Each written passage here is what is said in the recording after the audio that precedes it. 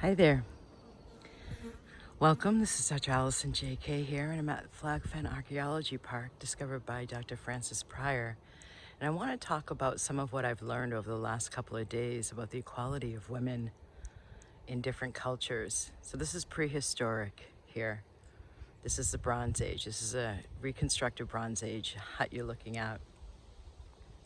And I've read certain research that in the Celtic culture, and we want to be careful what we mean by Celtic, but let's say the pre-Romans invasion of England and of Europe before the church came in, so BC, not AD, the women native here in Britain, a lot of this is learned from a tour I took in York with John. Shout out to John. You can find him on TripAdvisor, a private Viking themed walking tour of York. He was talking about how, so let me finish what I was saying. And I'm going to walk into and show you the inside of this reconstructed Iron Age, Bronze Age settlement that was discovered by Francis Pryor, who you can see on Time Team reruns that played on Channel 4 for 20 years here in the UK. Really popular series. That Celtic women were able to inherit their land, that they were equal. And John told me the other day on the tour in York that this was, of all of the hugeness of the Roman Empire, this was the only region where legions refused to march to. This is the hearth in the center, and I'll go around the other side so you can make out better what's placed there as a replica. And the walls are made of dung, called wattle and daub, and you can see some of, I believe, hazel sticks used to construct it, clay, and dung. The Roman legions refused to march up in England because they said, you don't mess with those women in Britain. This is also the only place in all of the Roman Empire, apparently, that Boudica led a revolt, a successful, to a certain point, revolt against the Roman invaders, led by a woman. So what I'm saying is interesting in that I traced back, and I didn't do it intentionally. When I was writing What If There's Nothing Wrong, my first book, it was my 10th year in Asia, and I started what I thought was going to be my dissertation for my PhD, and it became a 416-page book that became What If There's Nothing Wrong, exploring why, after 10 years of intensively studying the holistic way of treating the human system. When I say human system, I mean mind, body, and spirit. And this includes having gone to India for my yoga teacher training during one Chinese New Year break in between semesters, my 10th year there. The holistic model, how we lost it in the West when we started reducing with rationalist thought the human body into parts that can be operated on and treated separately with medication, etc., that we see nowadays.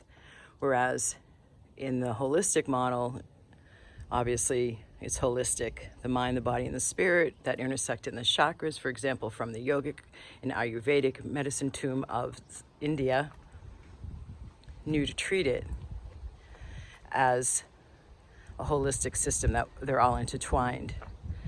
And so unexpectedly, I ended up being guided through my intuition to trace back to how alchemy went underground, so to speak, once the church became involved AD. And one of the other things John told me that I found extremely interesting was that the Viking women, so let's take Lagatha, and he said that the single most frequent question that he gets when doing the Viking tour is, were the shield maidens real? So this is for those of you who have seen the series The Vikings.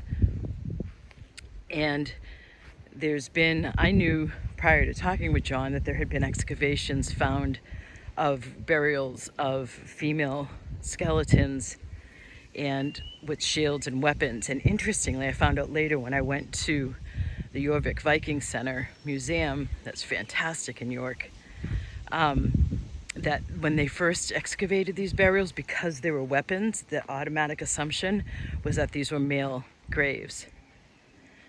And then once they began to be able to apply some of the more modern science to test the bones, they found out that they were female bodies.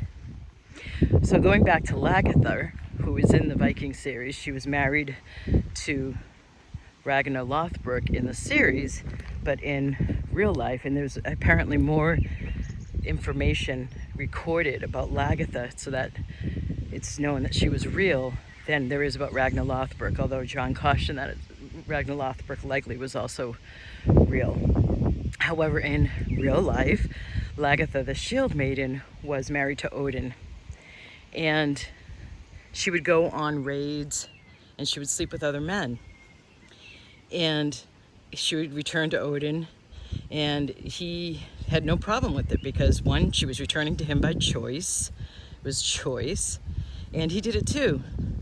So in the Viking culture, women were not thought to be either virgins or whores, as we get with the depiction of Mother Mary, the saintly virgin, and then Mary Magdalene, the whore.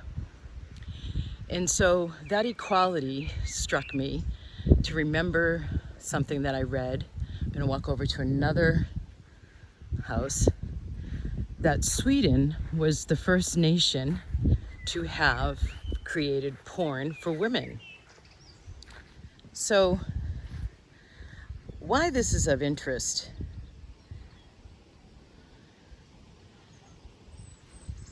to me especially is because I know that these retreats I lead over here, that my masterminders in the Vibrational Upgrade system are getting trained as Vibrational Upgrade Practitioners, or they're up-leveling their skills. I was led intuitively again to design the first 2 levels of retreat. So they've been working with me at this point for approximately a year to focus on the sacral chakra. And the sacral chakra is the second chakra. Every chakra has a right to a right to it, and the sacral chakra is your right to feel the way you feel. Interestingly, that's been, as you can infer, completely conditioned to not feel the way we feel, but to be proper and right as women, and as men too. But keeping to the theme of women here, I know the official stats are 1 out of every 3 women suffer sexual abuse. From my decades of work in this field, moving to Asia and studying for 10 years how subtle energy works, the science of subtle energy, getting trained also as a Qigong teacher, teaching meditation for decades, as well as teaching yoga, studying Ayurveda, studying traditional Chinese medicine. I think, by the way, that this was for animals. I'm not sure what this one's for. So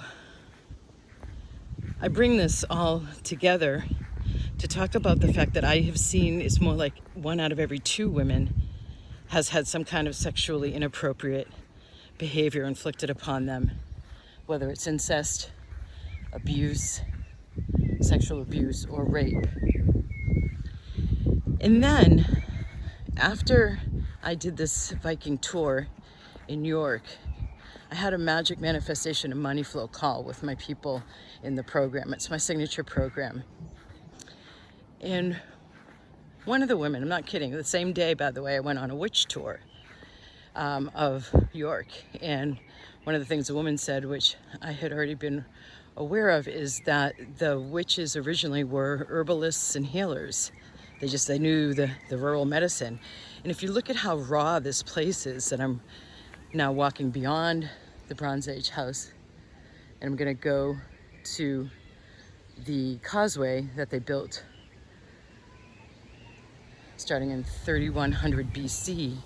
This Flag Fen archaeological park is modeled after how it would have appeared then. So the ecology that's here, even the sheep that are here, they're really different looking. So this is a drove way where they would take their animals down. So the point being is the witches were originally dealing with raw life, as we see here, and understanding how the plants worked, understanding the healing capacities of the plants. And interestingly, here at Flag Fen, it's been discovered that, so in a building over there that I'm not gonna take you to on this video, are these preserved wooden, mostly oak, timbers that were found from 3100 BC to have created a causeway so that they could cross this land that was flooded. And so understanding the local plants, this were what healers originally were, or what was considered witches later on. But the other thing that the woman leading the tour for the witches said was that they were originally brewers. So they had these huge cauldrons in which, because in the medieval days they couldn't drink the water, it wasn't clean. So everybody drank beer, really weak beer supposedly. So women, the brewers originally were women. And they had these huge vats or cauldrons in which they made the mixture.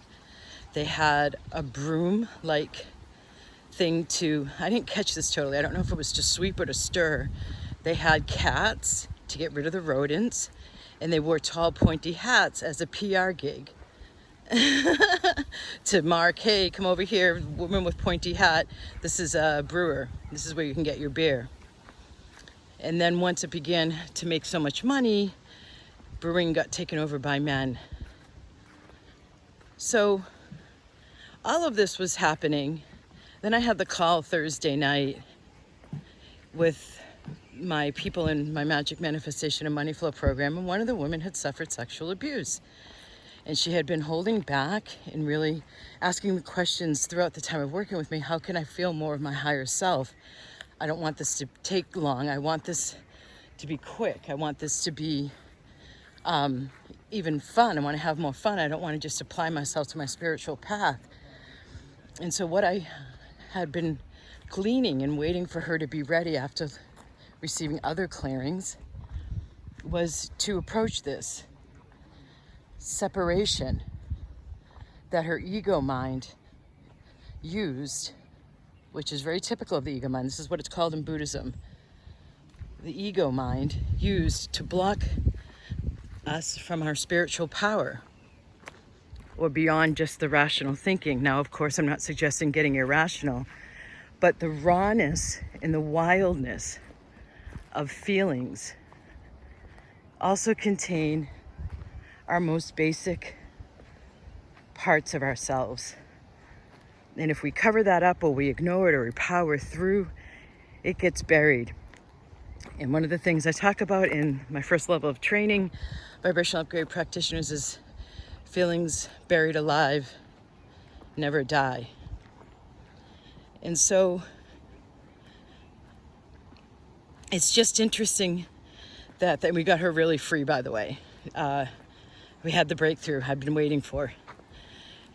And so it's just interesting that the very next day was the decision from the Supreme Court in the United States of America to remove the constitutional right of women to have choice over what they do with their own bodies. And I've been over here listening to English people's reactions, talking with some of them about that decision, and they're baffled. Because meanwhile, they've now made it, you can get a contraceptive pill over here in England over the counter. So, choice is our inherent power. And when we clear out subconscious and unconscious blocks that block a chakra, we make more conscious, mindful choices. I am not going to go into anything about that Supreme Court decision other than to contextualize it, which might help some of you with understanding that we are 2012 to 2032 in the greatest evolutionary leap for humans. And there is resistance to the rebalancing of the feminine with the masculine. And the United States is doing a great job of modeling that resistance currently. Much love, many blessings. How does it get any better than this? What else is possible? Bye-bye. Namaste.